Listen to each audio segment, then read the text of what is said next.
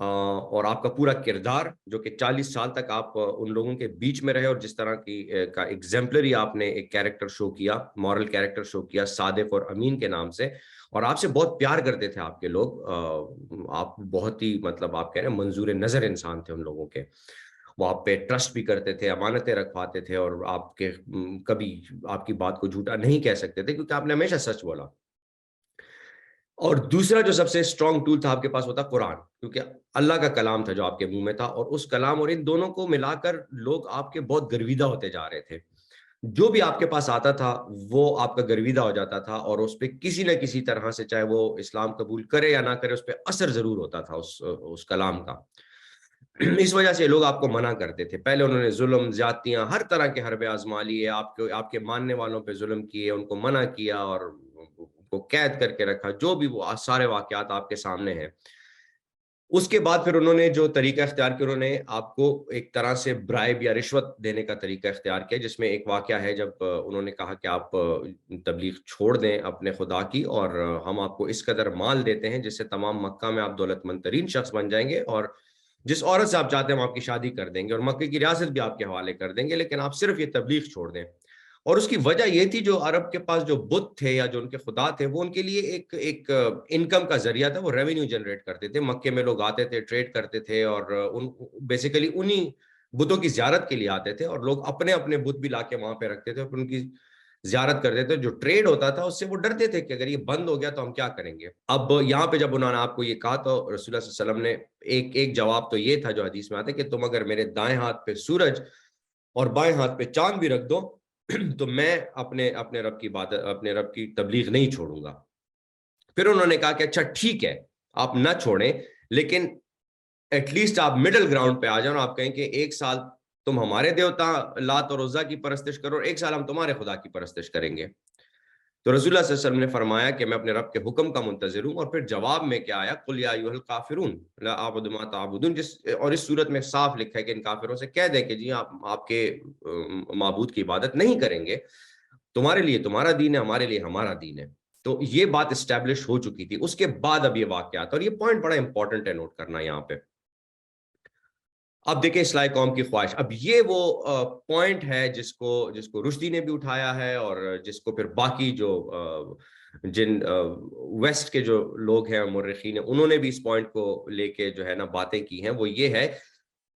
کہ رسول اللہ صلی اللہ علیہ وسلم کی بڑی خواہش تھی کہ وہ کسی طرح اپنی قوم کی اصلاح کریں۔ اب یہ پورا میں آپ کو اس کا خلاصہ بتا دیتا ہوں، آپ اس کو پڑھ سکتے ہیں۔ اس محبت کی وجہ سے جو رسول اللہ صلی اللہ علیہ وسلم کو اپنی قوم سے تھی، آپ یہ چاہتے تھے کہ جو قوم آپ سے متنفر ہو گئی، آپ کے خلاف ہو گئی ہے، یا جو مسلمانوں پہ ظلم کر رہے ہیں، وہ پھر سے تعلقات ٹھیک ہو جائے اور وہ بات سن لیں اور کسی ایسے مڈل گراؤنڈ پہ آ جائیں کہ جس کی وجہ سے معاملات نرم ہو جائے، کیونکہ ظاہر ہے حبشہ کی طرف مسلمان ہجرت بھی کر چکے تھے اس ظلم کی وجہ سے، اور پھر جب شاہ ابی طالب کے گھاٹی کے اندر آپ کو محصور کیا گیا تھا وہ بہت زیادہ جو ہے سخت دور تھا، ظلم کا دور تھا۔ طبری کہتے ہیں کہ اس ٹائم پہ یہ آیت نازل فرمائی اللہ تعالیٰ نے، سورہ نجم نازل فرمائی، اور اس میں وَالنَّجْمِ إِذَا هَوَىٰ مَا ضَلَّ صَاحِبُكُمْ وَمَا غَوَىٰ۔ اب اس کا میں ایک شارٹ ترجمہ بھی آپ کو دکھاؤں گا سورہ نجم میں کہ اس میں کیا ہے، اگر آپ نے نہیں پڑھی ہوئی یا جس نے نہیں پڑھی ہوئی وہ دیکھ لیں گے۔ لیکن کہتے ہیں کہ جب اس میں ایک آیت ہے غالباً 19ویں آیت ہے کہ جب أَفَرَأَيْتُمُ اللَّاتَ وَالْعُزَّىٰ وَالْمَنَاةَ الثَّالِثَةَ الْأُخْرَىٰ، جب اس کے اوپر آپ آئے، یہ دو آیات ہیں، اس کے اوپر جب آپ پہنچے تو شیطان نے آپ کی اس خواہش کی وجہ سے جو آپ چاہتے تھے اپنی قوم کو خوش کریں، آپ کی زبان پر یہ الفاظ جاری کر دیے، تِلْكَ الْغَرَانِيقَ الْعُلَا وَأَنْ شَفَاعَتَهُنَّ لِتُرْتَجَىٰ۔ اب غرانیق کہتے ہیں لمبی گردن والا پرندہ، جیسے کونج ہو گئی، یا انگلش میں جس کو کرین کہتے ہیں، جس کا مطلب یہ ہے کہ یہ جو لات اور عزا اور یہ جو جس کا ذکر ان پہلی آیات میں ہوا، یہ تو لمبی گردنوں والے پرندوں کی طرح بڑے بلند ہے، اور ان کی شفاعت جو ہے وہ مطلوب و مقبول ہے۔ اب یہ الفاظ جو ہیں اس کی وجہ سے ہوا کیا کہ اب یہ میرے الفاظ نہیں، یہ طبری میں ہیں کہ قریش بہت خوش ہوئے اس سے کہ رسول اللہ صلی اللہ علیہ وسلم نے تعریف کر دی ہمارے معبودوں کی، اور انہوں نے اس خوشی میں نعرہ لگایا، اور پھر آپ نے جب اس صورت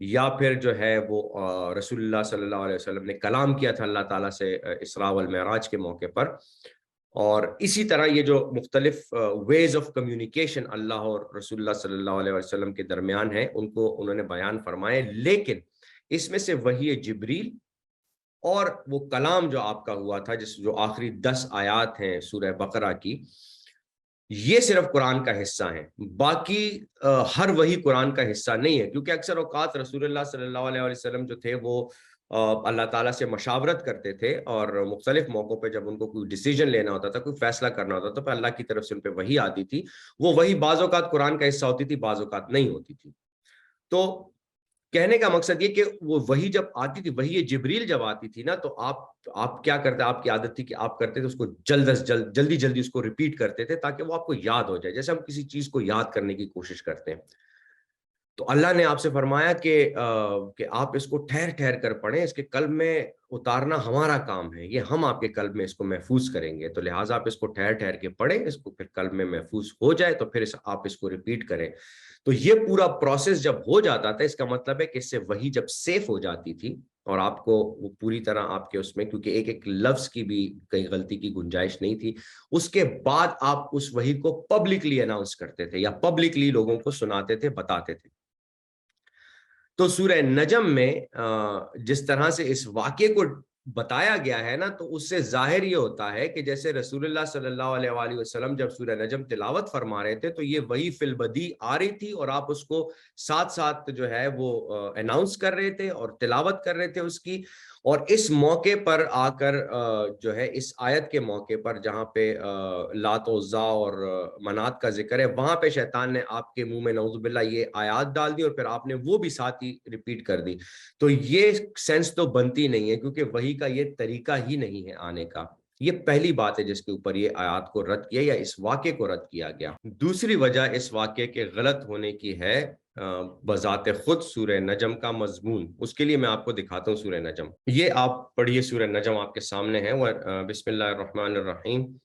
والنجم اذا هوى ما ضل صاحبكم وما غوى وما ينطق عن الهوى ان هو الا وحي يوحى علمه شديد القوى ذو مرة فاستوى وهو بالافق الاعلى ثم دنا فتدلى فكان قاب قوسين او ادنى فاوحى الى عبده ما اوحى. اب یہ سورت جیسے شروع ہو رہی ہے نا، تو اس میں سب سے شروع میں رسول اللہ صلی اللہ علیہ وآلہ وسلم کی ان فضائل کو اللہ تعالیٰ خود بیان فرما رہے ہیں کہ سب سے پہلے بہت بڑی قسم ستارے کی جب وہ غروب ہوا، تمہارا رفیق نہ بھٹکا ہے نہ بہکا ہے. مطلب یہ کہ آپ سے کوئی ایرر نہیں ہو سکتا. کیوں نہیں ہو سکتا؟ اس لیے کہ وہ اپنی مرضی سے نہیں بولتا. انسان جب اپنی مرضی سے بولتا ہے تو انسان کے اندر وہ ایرر کا پہلو ہو سکتا ہے کہ وہ اپنی مرضی سے کوئی غلط فیصلہ بھی کر دے یا کوئی ایسی غلط بات بھی کر دے. جو کہ اس وحی کے جو سسٹم ہے، جو میں نے آپ کو بھی پہلے بتایا تھا کہ کس طرح یہ وحی آتی تھی قرآن کی، اس میں کوئی ایرر نہیں ہے. اللہ پہلے سے ہی بتا رہے اس صورت میں. پھر جب ہم 19ویں آیت پہ آتے ہیں، افرائیتم اللات والعزی ومناۃ الثالثۃ الاخری، تو اس کے بعد اللہ تعالیٰ خود فرما رہا ہے کہ الکم الذکر ولہ الانثی، یعنی کہ یہ جو دیویاں ہیں، یہ تینوں دیویاں لات، منات اور عزا، تو تم نے ان کو اللہ کی طرف منسوب کر دیا. اپنے لیے تم بیٹے چاہتے ہو، لڑکیوں کو تم لوگ جو ہے وہ زندہ زمین میں گاڑتے ہو. تو یہ عجیب انصاف ہے. تلک اذا قسمت ضیزا، یہ تو بڑی دھاندلی کی تقسیم ہوئی. اور پھر اللہ خود وضاحت کر رہا ہے دراصل یہ کچھ نہیں مگر بس چند نام جو تم نے اور تمہارے باپ دادا نے رکھ لیے، ان کے لیے کوئی سند نازل نہیں کی. حقیقت یہ کہ لوگ محض وہم و گمان کی پیروی کر رہے ہیں. تو اللہ نے خود اس کو ریفیوٹ کر دیا بالکل اسی ایک صورت میں. تو اس میں مجھے بتائیں کہ وہ آیت آپ کہاں پہ فٹ کر سکتے ہیں؟ اس آیت کی کوئی سینس ہی نہیں بنتی. اچھا، اس کی تیسری جو بڑی وجہ ہے اس کے غلط ہونے کی روایات کے، وہ ہے وہ حدیث جس میں کہا جاتا ہے کہ مسلمان اور مشرکین اور تمام لوگ جو اس ٹائم موجود تھے وہ سب سجدے میں چلے گئے. اب ایسا کچھ ہوا تو تھا کہ مشرکین کو بھی سجدے میں جانا پڑا مسلمانوں کے ساتھ. اور یہ خبر چونکہ اتنی بڑی تھی کہ یہ حبشہ تک پہنچ گئی اور حبشہ کے مسلمانوں کو واپس آنا پڑا. اور وہ واپس آئے اس وجہ سے کہ شاید جو ہے امن قائم ہو گیا ہے یا کوئی پیس ٹریٹی ہو گئی ہے. یہ واقعہ جو ہے اس حدیث کو بہت زیادہ ہائی لائٹ کیا جاتا ہے کہ نہیں یہ آیات غرانی صحیح ہے، یہ روایت صحیح ہے، بیکاز یہ واقعہ دیکھو سب نے سجدہ کر دیا. تو اس کی سب سے بڑی وجہ یہ ہے، میں آپ کو بتاتا ہوں کہ اس کے ساتھ ریلیٹڈ واقعہ، کیونکہ اس روایت میں حدیث ہے، بالکل ہے، میں ابھی بخاری شریف میں آپ کو دکھاؤں گا، ایسی حدیث ہے، سجدہ بھی ہوا تھا، سب نے کیا تھا. لیکن اس میں جو ایکسٹرا الفاظ ڈالے گئے ہیں وہ یہ ڈالے گئے ہیں کہ ان آیات کی وجہ سے، چونکہ یہ آیات بولی گئی، ان آیات کی وجہ سے سب نے سجدہ کیا، وجہ وہ بتائی جاتی ہے. اس کے بعد انہوں نے کہا کہ اسی رات کو،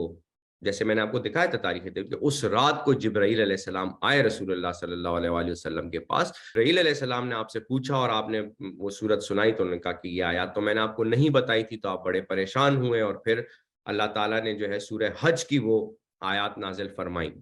تو پہلی بات تو یہ ہے کہ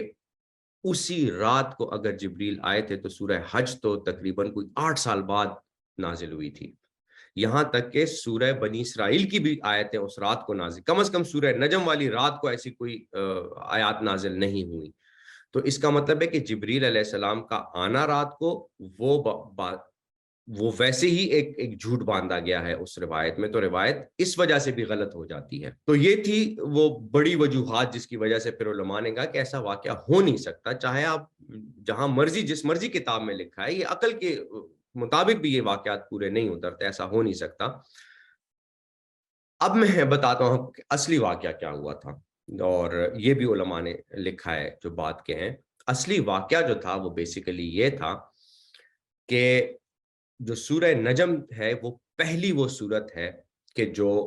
رسول اللہ صلی اللہ علیہ وآلہ وسلم نے اعلانیہ ایک مجمع کے سامنے تلاوت فرمائی. یہ پہلی صورت ہے. اس سے پہلے جو آیات آتی تھی آپ لوگوں کو سناتے تھے